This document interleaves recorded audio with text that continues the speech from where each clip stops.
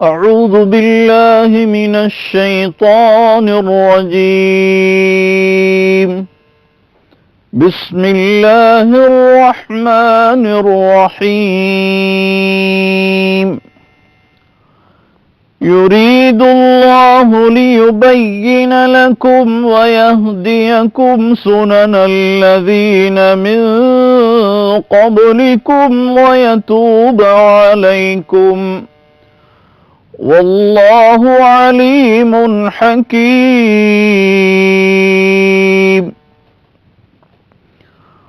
والله يريد أن يتوب عليكم ويريد الذين يتبعون الشهوات أن تميلوا ميلا عظيما. يريد الله أن يخفف عنكم وخلق الإنسان ضعيفا. يا أيها الذين آمنوا لا تأكلوا أموالكم بينكم بالباطل إلا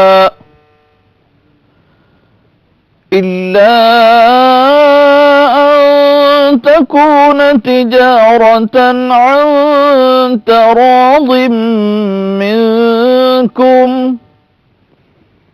ولا تقتلوا أنفسكم إن الله كان بكم رحيما.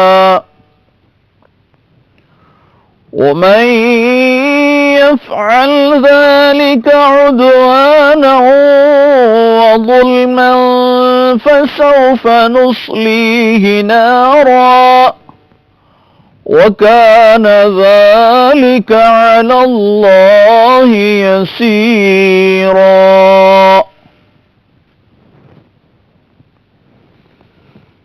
விரட்டப்பட்ட ஷைத்தானை விட்டும் அல்லாஹ்வை கொண்டு நான் பாதுகாவல் தேடுகின்றேன்.